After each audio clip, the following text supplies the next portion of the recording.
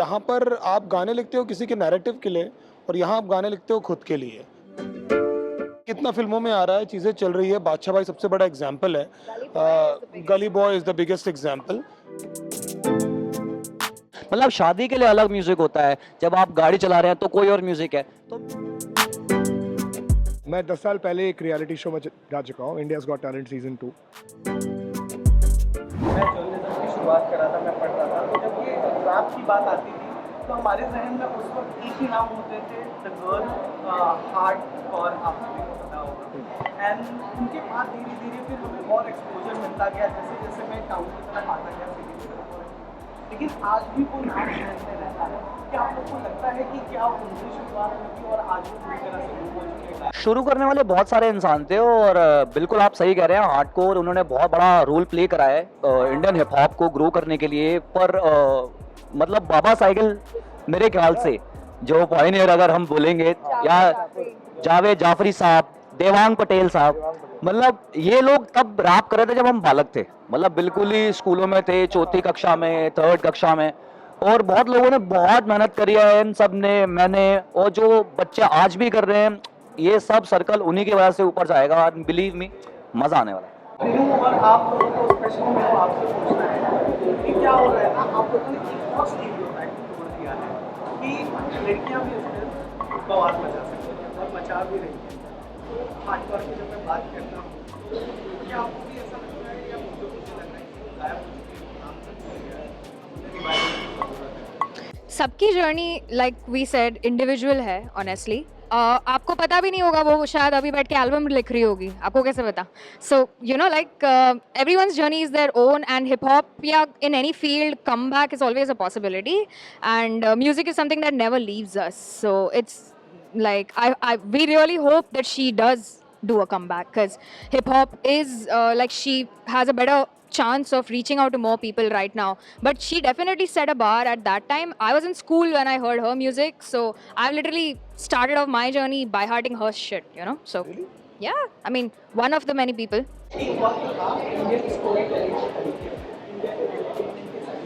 जहाँ पर गाना ब्रेकर की तरह इस्तेमाल किया जाता था। अगर आपको याद होगा कि स्टोरी चल रही है, गाना आगे फिलर आगे क्वेश्चन आगे जाकर आना नहीं करता, फिर हम क्लाइमेक्स दिखाएंगे।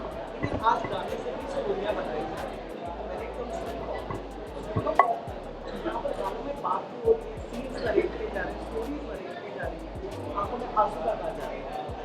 इज इट समथिंग, मैं कहूँगा कि इवॉल्व हो रहा है म्यूजिक? नहीं, दो अलग अलग जॉनर्स है जो आप बात कर रहे हैं, वो बहुत अलग दो जॉनर है। जो आप जॉनर की बात कर रहे हैं वो एक्चुअली बॉलीवुड सॉन्ग्स हैं, उसका और हिप हॉप का थोड़ा कम लेना देना है। क्योंकि यहाँ पर आप गाने लिखते हो किसी के नैरेटिव के लिए और यहाँ आप गाने लिखते हो खुद के लिए, तो उसमें बहुत अंतर होता है। तो इसीलिए जब आपकी आंखों में आंसू आते हैं क्योंकि आप किसी की पर्सनल स्टोरी सुन रहे होते हो, तो वो अंतर है दोनों में कि आप एक तो फिल्मों के लिए लिखते हो और एक अपने आप के लिए लिखते हो तो रहा है। कितना फिल्मों में आ रहा है, चीज़ें चल रही है। बादशाह भाई सबसे बड़ा एग्जाम्पल है। गली boy is the biggest example. तो ऑलरेडी बहुत बड़े लेवल पे हो गया है, वो तो ऑलरेडी डन हो गया है। मतलब बॉलीवुड में लिरिक्स कोई और लिखता है, गाता कोई और है, यहाँ पे लिख भी हम ही रहे, गा भी हम ही रहे, तो वो जो एक कनेक्शन है वो अलग टाइप का ही कनेक्शन है। यार फॉर मी, मतलब म्यूजिकली तो यार शुरू से ही ऐसा रहा है कि आप सुन के गाने रो पड़ते हैं, हंस पड़ते हैं। म्यूजिक तो इमोशन है यार, चाहे वो बॉलीवुड हो, चाहे वो हिप हॉप हो, चाहे कुछ भी हो। म्यूजिक मेरे लिए ऐसा रहा है कि यार मैं गम में हूँ तो मैंने कोई सा म्यूजिक सुना, मैं खुश हूँ तो मैंने कोई म्यूजिक, मतलब शादी के लिए अलग म्यूजिक होता है, जब आप गाड़ी चला रहे हैं तो कोई और म्यूजिक है। तो म्यूजिक कभी भी ऐसा नहीं है कि हिप हॉप और ये और वो, म्यूजिक एक जैसा है। और म्यूजिक फॉर मी इमोशन है जो हम सब में है, तभी हम जिंदा है। I think as well, like you said, storytelling is also a part of hip hop, and I think I'm sitting with three of the best storytellers of the game right now: Dinu Bhai, DMC, Ikka Bhai. They've always inspired, and rap के जरिए से अपने stories को हम represent करते हैं, and this साल का theme is also represent. तो न्यूज़ पर आ गए हैं रियलिटी शो करके, वैसे आप तीनों का भी कोई अलग प्लान है और I have been, मैं 10 साल पहले एक रियलिटी शो में जा चुका हूँ, इंडियाज़ गॉट टैलेंट सीजन 2, और हासिल का मेरा तीसरा सीजन है, because first season I came as an contestant. या तो या I mean like if life provides me with opportunities, grab some. खतरों तो नहीं कर पाऊंगा, लेकिन अगर थोड़ा थोड़ा लाइट शो होगा जहाँ पे प्रॉब्ली स्पेलिंग भी कंपटीशन अगर कुछ होगा तो मैं कर लूँगा। यार देखो, जहाँ पैसा अच्छा मिलेगा वो कर लेंगे भाई। हाँ हाँ, जहाँ पैसा अच्छा मिलेगा वो दिल से करेंगे और वो अपना 100% देंगे। प्लीज़ कॉन्टैक्ट अस, अगर बेहतरीन पैसा दे सकते हैं आप तो प्लीज़ हमको हायर करो। हाँ, इसके बाद हम फ्री होंगे MTV हसल करने के बाद, उसके बाद फिर आपका शो करेंगे तो बहुत मज़ा आएगा।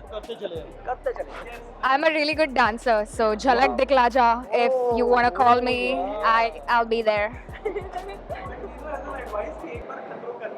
नहीं नहीं, खतरों तो यही कर सकते हैं। नहीं ब्रो, सब इतना खिलाड़ी हम में एक ही है, सब हमारा अलग अलग टैलेंट है, बट खतरों से जूझने का टैलेंट डिनो में ही है और वो जीत के भी आ गए। सो यस, एक्चुअली ये मुझे आया था खतरों के लिए।